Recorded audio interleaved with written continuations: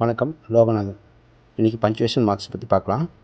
பஞ்சுவேஷன்ன்றது நம்ம வேர்டிங்ஸில் வந்து நிறையா மாற்றத்தை ஏற்படுத்தக்கூடியது. The tiny marks that makes a big impact அப்படின்னு சொல்லுவாங்க. பஞ்சுவேஷன் மார்க்கை வச்சு தான் நம்ம ஒரு சென்டென்ஸை வந்து ஏற்ற இறக்கமாவோ, முடிய போகுதா, இல்லை அடுத்த சென்டென்ஸ் போக போகுதா அப்படிங்கிறத பார்க்க போகிறோம். ஸோ அதில் நம்ம வரிசையாக என்னென்ன பஞ்சுவேஷன் மார்க்ஸ்லாம் இருக்குது அப்படிங்கிறத பார்க்கலாம். ஃபர்ஸ்ட் வந்து ஃபுல் ஸ்டாப். ஃபுல் ஸ்டாப்புங்கிறது என்ன?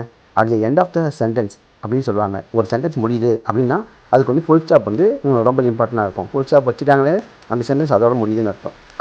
கமா வந்து ஒரு செப்பரேட் ஐட்டம்ஸ் இன் சீரியஸ். ஒரு சீரீஸில் வந்து அடுத்தடுத்த சென்டென்ஸ் வரப்போகுது அப்படிங்கிறத நமக்கு என்ன செய்யணும், கமாங்கிற இண்டிகேஷன் வந்து நமக்கு இண்டிகேட் பண்ணி கொடுக்கும். Colon introduced list. ஒரு லிஸ்ட்டு வந்து நமக்கு வரிசையாக வரப்போகுது அப்படிங்கிறத குறிக்கிறதுக்கு தான் இந்த கோலன்ற சிம்பிள் வந்து நம்ம பயன்படுத்துகிறோம். ஜென்ரலாக டைமிங்ஸ்க்கெல்லாம் நம்ம என்ன செய்வோம், இந்த கோலன்ற சிம்பிள் வந்து நம்ம போட்டுப்போம். Semicolon to join two independent clauses. அதாவது ரெண்டு ஸ்டேட்மெண்ட்டை வந்து நம்ம ஒன்று கூட ஒன்று ஜாயின் பண்ணுறதுக்கு அல்ல அதை லிங்க் பண்ணி பேசுகிறதுக்கு நமக்கு செமிகோலன்ற ஒரு ஆப்ஷன் வந்து நமக்கு யூஸ் ஆகுது. அது கொஷின் மார்க் வந்து அது ஒரு கொஷின் அப்படின்னு சொல்லி நம்ம இண்டிகேட் பண்ணுறதுக்காக, அதாவது கேள்வி வாக்கியமாக நம்ம வரப்போகுது அப்படிங்கிறத இண்டிகேட் பண்ணுறதுக்காக இந்த கொஷின் மார்க்ங்கிறது கொடுத்துருக்காங்க.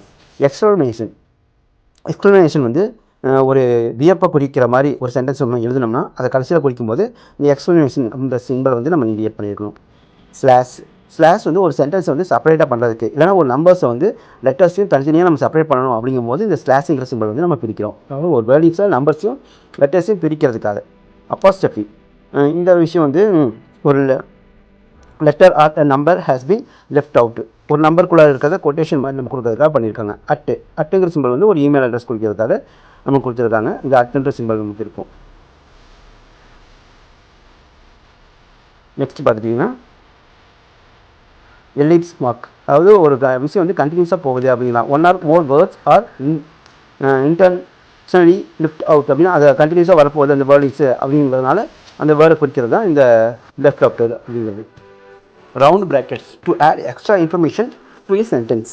ஒரு சென்டென்ஸ்குள்ளே நம்ம ஏதோ ஒரு சொல்ல போகிறோம் அப்படிங்கிறத இன்ஃபர்மேஷன் சொல்கிறத வந்து நம்ம இந்த ப்ராக்கெட்டுக்குள்ளே நம்ம சொல்லிக்கலாம். Quotation mark indicate the phrase to show that someone else has written or said it. யாராச்சும் ஒருத்தர் முக்கியமான ஒரு ஏதாச்சும் ஒரு விஷயம் சொல்லியிருந்தாங்கன்னா அந்த விஷயத்தை வந்து இந்த கொட்டேஷன் மார்க்குக்காக நம்ம வந்து போட்டுக்கலாம்.